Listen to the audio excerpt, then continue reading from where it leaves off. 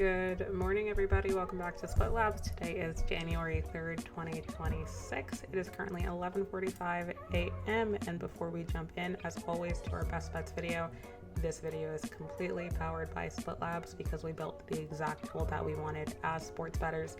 Split Labs shows you public betting splits, line movement, market signals across every major sport in one place.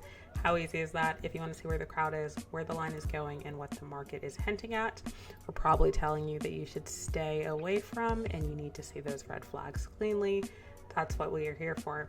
If you want, head over to splitlabs.net, use promo code YouTube for 50% off your first month, and let's get into this slate.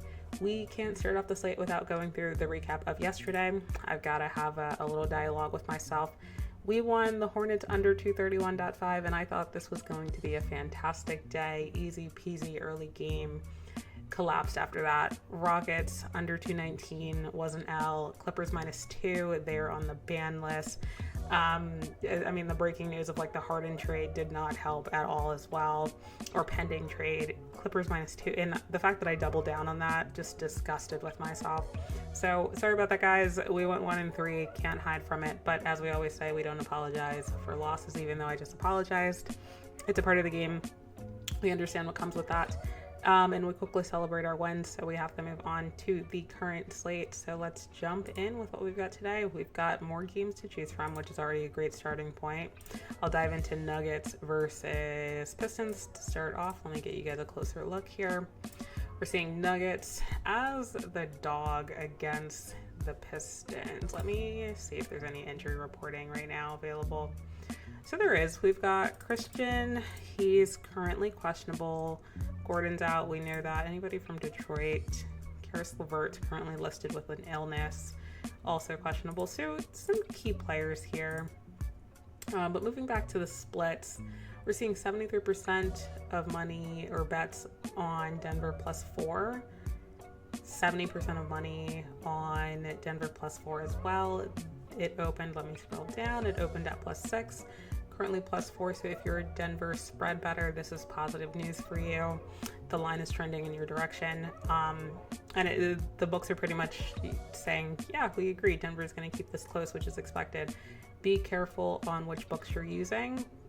Split Labs relies on FanDuel when it comes to these line movements, so obviously be cautious that this opened at +6. If you're getting a +3.5 or something like that, +4 even, you're missing out on some good numbers there. So this is definitely one I'd recommend line shopping for. As far as the money line, Detroit is pulling in 54% of bets, 73% of money. They opened at -230 and now they are currently -174. So this is a caution of the tape here for sure. The money line is trending towards Denver Nuggets, so we're looking at possibly an upset here. I wouldn't be surprised. As far as the total, this is definitely a positive read. It opened at 224.5. It's now sitting at 228.5. So again, I think this whole game is kind of like a game of chess. You're late to the line if you're betting right now. This moved to over 4 points here, 4 points or more depending on which book you're shopping at. So be mindful of that. 4 points is a lot in the NBA. This is not NFL. So be mindful of that. However, again, if you are an overbetter, this is trending in your direction and this is a positive sign. With that, I think the cleanest read that I'm seeing on this board here is this over. Will it do me any justice if I bring this line down? I think so, to be honest. I'm going to play this at an over 220, 226. We won't do that. Over 227 will be my middle ground here to try to get some buyback.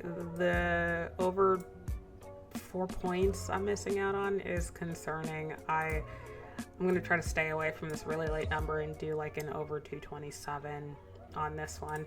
The Nuggets, I do think that they cover and possibly upset here. You can give me the Nuggets. That's only a lean though. Confidently, I'm only going to play this total here just because I'm late to the spread. Do I want to do... Let me see the history against this matchup really quickly and see kind of what we're looking at when it comes to the Nuggets versus the Pistons. I always try to do a quick head-to-head comparison, kind of see if there's any lay of the land here.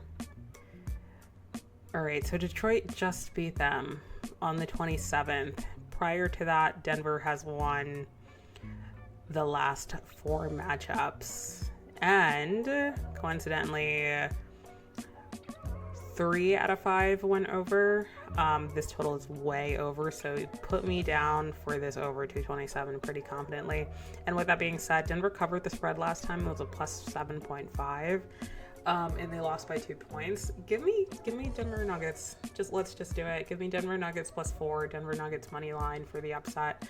I'll take it. I like that history. Should probably repeat itself. Detroit pulled one out in the last matchup against these teams, and we're getting a shorter spread for Detroit. The books are clearly adjusting for a Denver upset, and I'm gonna follow that.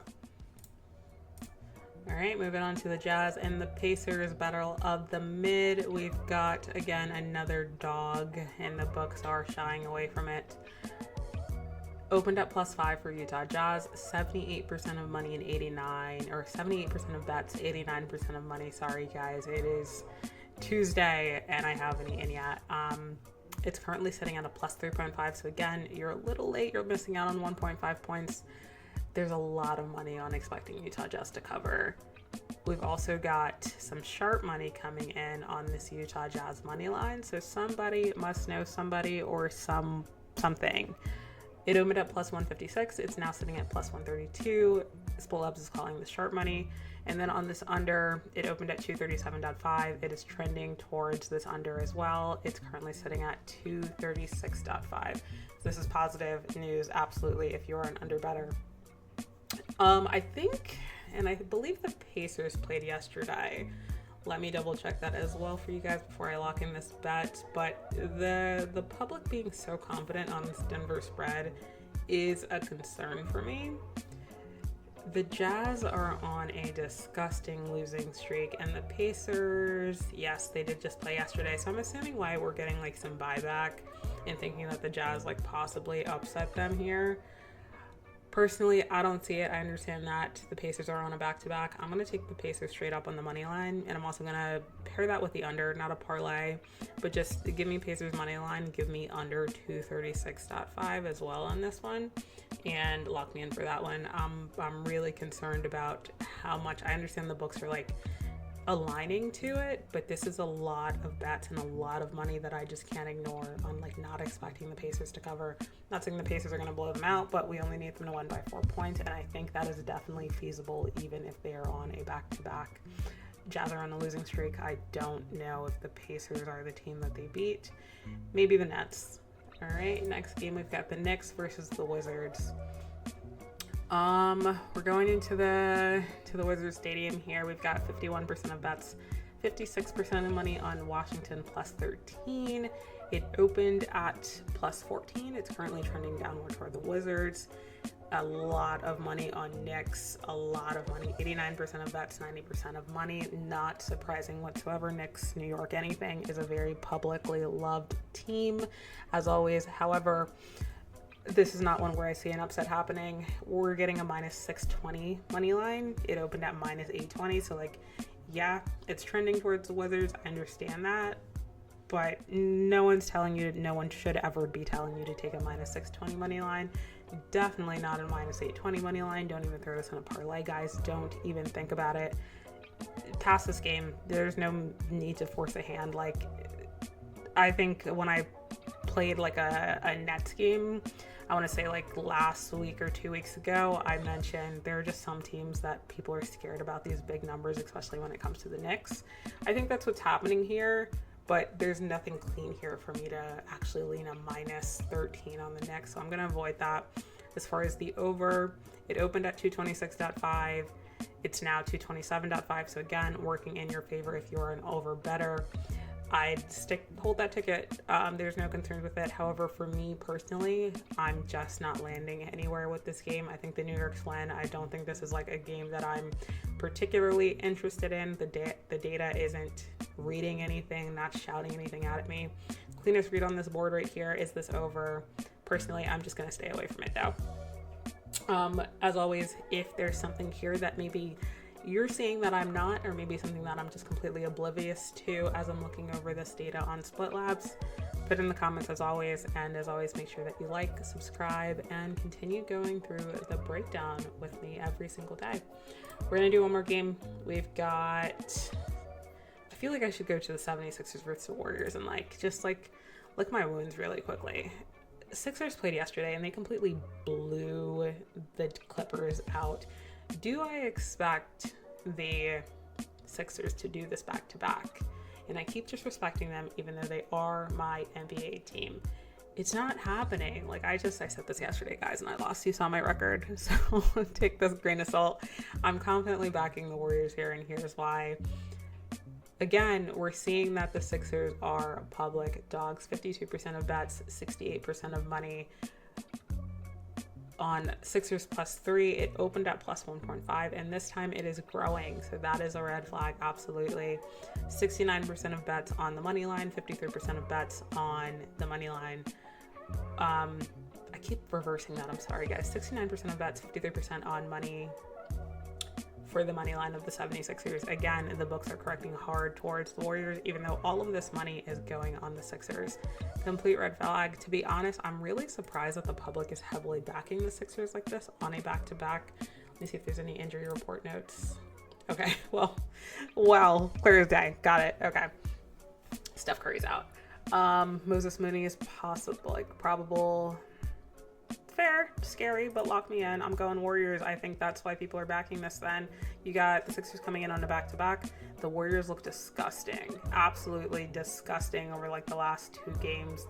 But I'm thinking this is just... The Sixers are a liability depending on what side of the bet that they wake up on. And the Warriors look absolutely gross without Steph Curry. I can't even deny that whatsoever. But I think this is just the day where somehow these bench players decide to hit their shots and this goes forward.